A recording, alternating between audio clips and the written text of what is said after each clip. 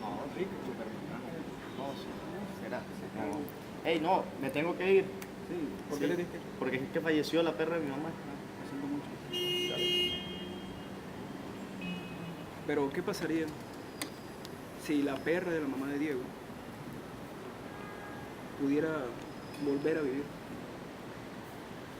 Eso se puede hacer, gracias a la clonación. ¿Pero qué es la clonación, amigos curiosos míos?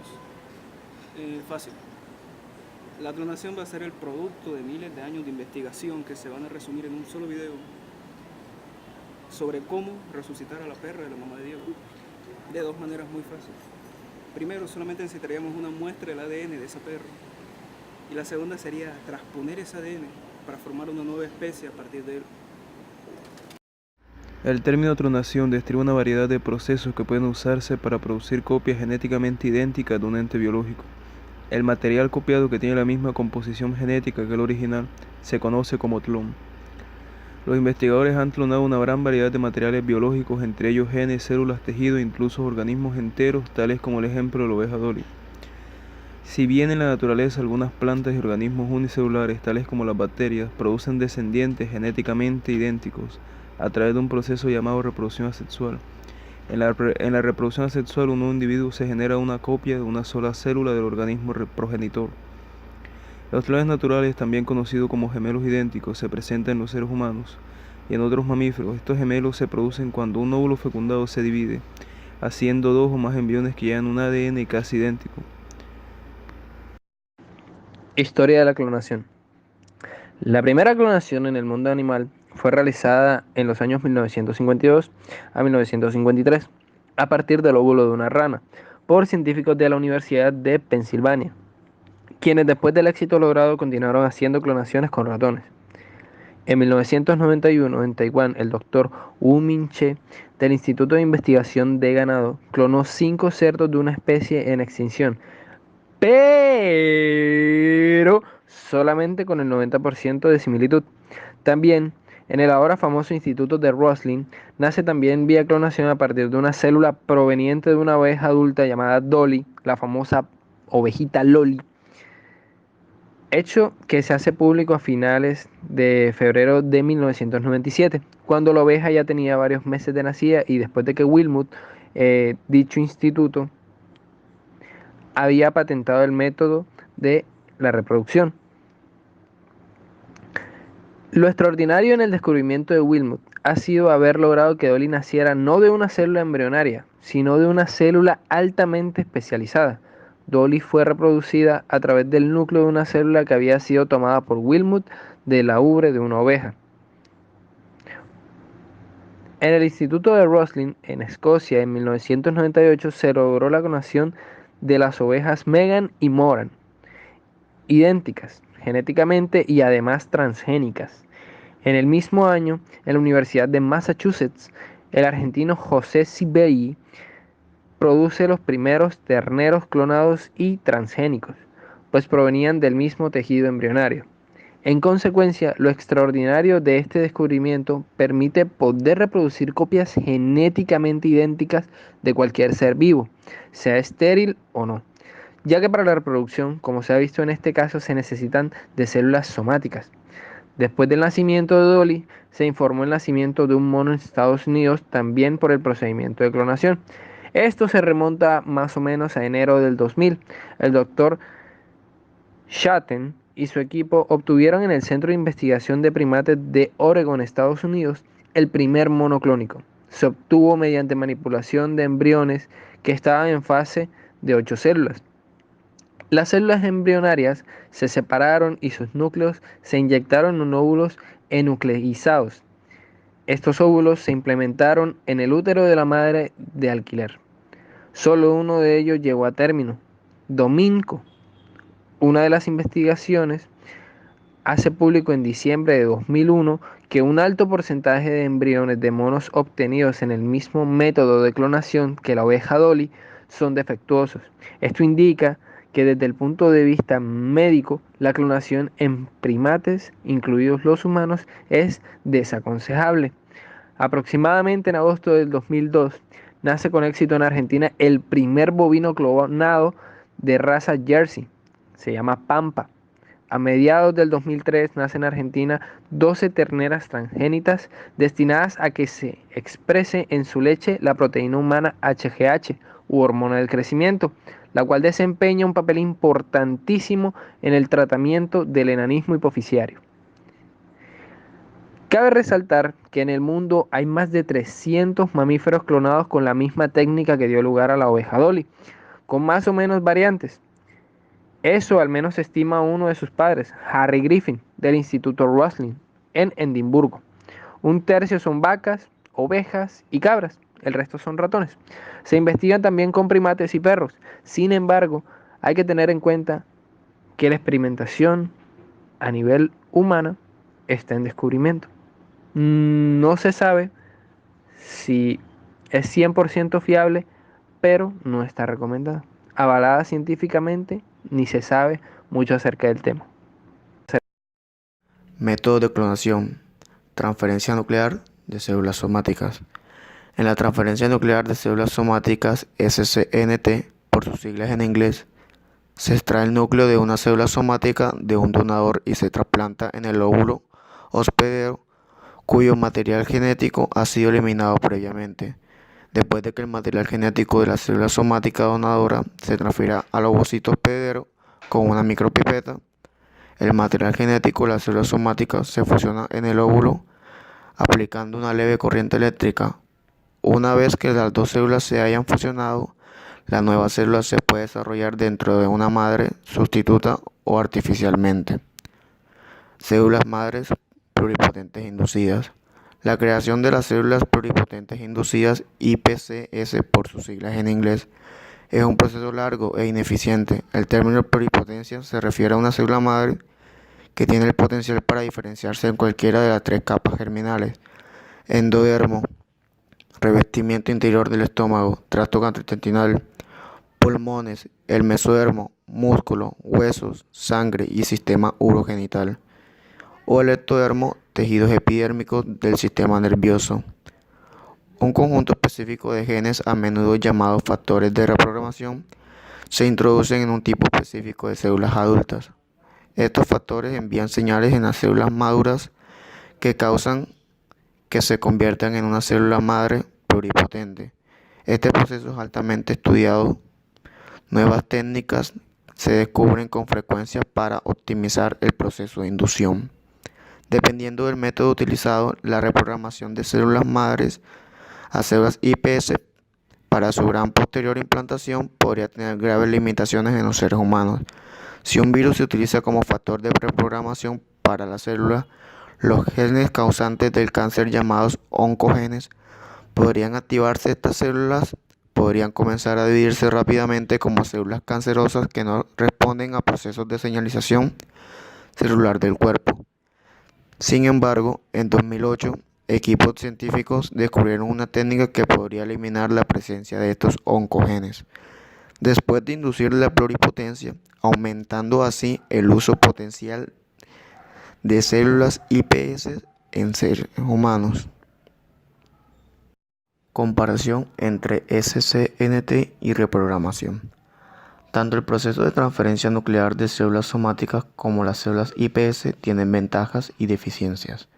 Históricamente, los métodos de reprogramación han sido más estudiados que las técnicas de SCNT para la reproducción de células madres embrionarias.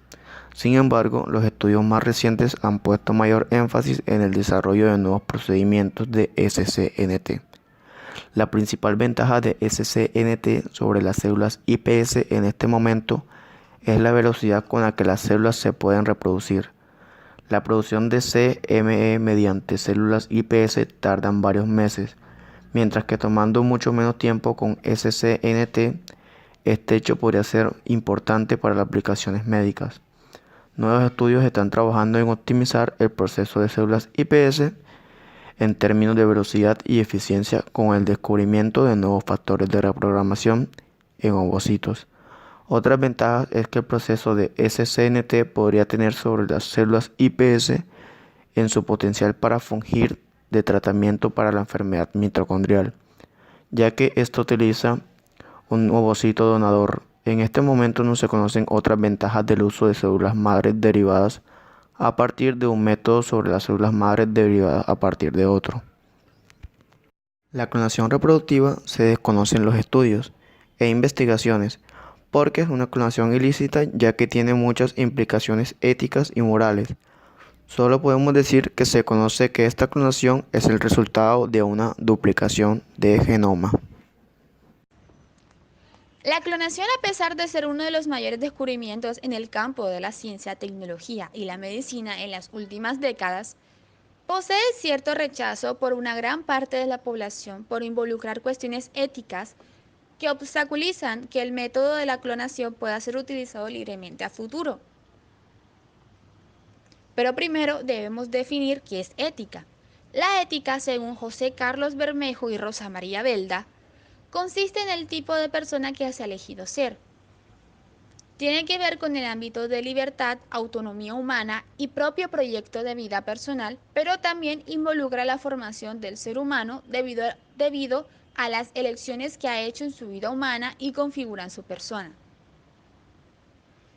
Esto quiere decir que la ética es aquella formación que ha tenido una persona a través de vivencias y costumbres para lograr dirigir su vida y tomar sus propias decisiones.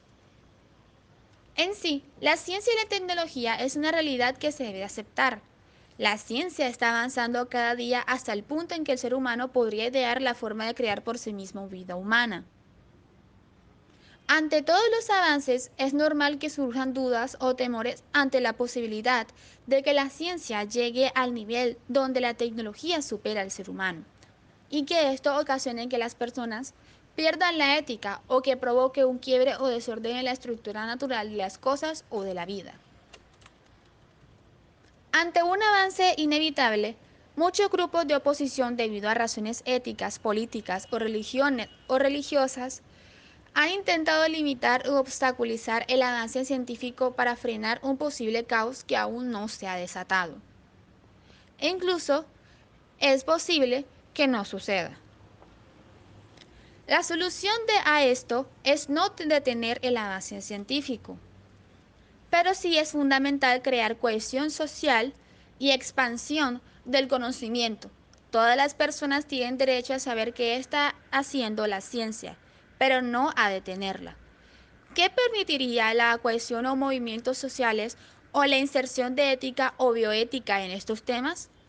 La creación de normas o regulaciones, si bien la ciencia aún no es una amenaza en algunos aspectos, podría llegar a serlo, y sería imprescindible crear normas jurídicas que garanticen la aplicación correcta de esta. Sin embargo, en la actualidad la ciencia está creando y expandiendo los derechos y fertilización in vitro. Por ejemplo, ahora se trata de un derecho humano. No se puede descartar la opción de que la clonación se convierta en un derecho más adelante. La clonación es permitir que las personas a través de debates logren llegar a una congruencia que permita que la ciencia se desarrolle cada vez más y a través de su autonomía decidan si aplicar la ciencia en sus vidas. La ciencia que se aplique a todo ser humano debe garantizar su bienestar, pero jamás detener su avance por incongruencias sociales. Aquí, de nuevo en el noticiero, que nadie quiere, vamos a tener una invitada especial y le vamos a hacer diversas preguntas acerca del tema de este trabajo, de esta investigación. Bueno, vamos a tener una breve introducción de quién es usted, porque vea, yo no sé quién es usted no sabe quién soy yo, entonces empecemos por ahí. ¿Me puede regalar su nombre y su ocupación? Mi nombre es Josefina Guzmán Acuña, estoy como administradora de recursos del CEPARIO de la Universidad Metropolitana, es decir, que soy la responsable de que las bacterias, hongos y parásitos sean viables para llevar a cabo la academia de los estudiantes de medicina, bacteriología, odontología, optometría, etc. Bueno, entonces, debido a nuestra investigación que nos mandó a hacer nuestro amado profesor Manrique, usted que lo está viendo, tenemos dos preguntas en específico para usted, doctor. Tenemos una que vendría siendo acerca del tema de la clonación. nosotros y como muchos de las personas que están viendo esto tienen ciertas dudas acerca de esto, porque bueno, nosotros hemos visto películas de que no, que clonan a uno, que al perro, que a la vaca, que a la oveja, y crean un ejército y el ejército domina el mundo. Eso es lo que nosotros vemos en películas, pero eso está muy alejado de la realidad, me imagino yo. Entonces queríamos saber qué piensa usted subjetivamente, desde su posición y desde su cargo, acerca de la clonación. Bueno, de una manera natural, eso va en contra de la creación. Particular o personalmente no estoy de acuerdo con la clonación porque va en contra de mis principios, pues me está pidiendo mi opinión personal. Claro. Va en contra de mis principios, puesto que va en contra de Dios. Posiblemente el hombre, a nivel de sus experimentaciones y su investigación, han querido realizar esto para estudios de supervivencia o de alargar la procreación humana. Lo han utilizado también para la cura de algunas enfermedades o evitar, porque acuérdense que también a través de los cordones umbilicales han querido guardar células madres y todo esto para evitar y hacer curas de ciertas enfermedades genéticas, muchas veces para evitar su propagación, pero de una u otra manera va en contra de la genética natural. Perfecto. Bueno, y ahora otra pregunta que nosotros también nos estábamos planteando era ¿qué tan lejos ve usted la experimentación con humanos a nivel de clonación? Porque nosotros sabemos que hay una oveja que se llama, que la oveja Dolly, que la clonaron y que también clonaron un simio, pero el simio no se sabe dónde está.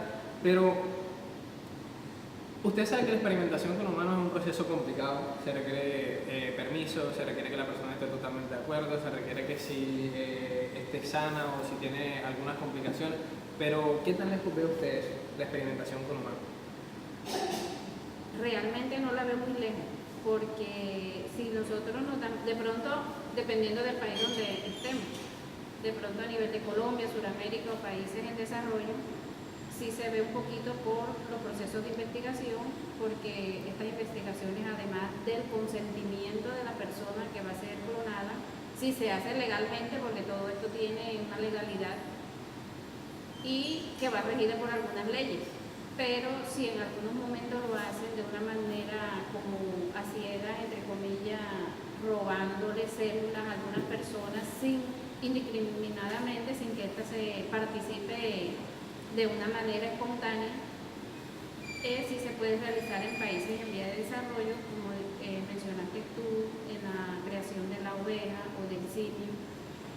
Pero más que todo esto, el hombre lo está haciendo como para su propio beneficio. De pronto para que digan, yo lo hice, o este grupo de investigadores lo hicieron. Pero, como lo dije, hay que mirar los pros y los contras. Bueno, y una última pregunta. Nosotros podemos clonar el cuerpo, ¿sí? Podemos enseñarle al nuevo ser acciones, que si se mueve, que si habla, que si mira, que si siente, que si se puede reproducir. Pero ahora la pregunta del millón es la siguiente: ¿podemos hacer que la esencia de la persona se transmita al clon? Creo que no. O sea, de pronto la parte genética y molecular en cuanto a células, a muchos órganos y su función y metabolismo, pero es posible que sentimentalmente no se puede. De pronto la actitud del clon va a ser, es diferente y es posible que sea como hasta agresivo. Pienso yo que va a ser como diferente, pero, ¿cómo diré? No más, no menos, como si fuera una persona mala. De pronto va a ser más agresivo o sus actitudes van a ser de una persona, no me sabría explicar esa parte. Y genéticamente, pienso que sí, se pueden clonar la célula, la funcionalidad y el metabolismo de cada uno de los sistemas y de los órganos, pero la esencia sentimental y humana del comportamiento de esa persona creo que no se puede clonar. y el comportamiento de esa persona frente a la otra. Cuando, como si fuese un espejo y se vean similares, pueden ser hasta agresivas, unas acciones agresivas y negativas de una persona a otra. Bueno, entonces con esto concluimos nuestra pequeña y breve entrevista a nuestra doctora. Muchas gracias por habernos dado este pequeño espacio de tiempo y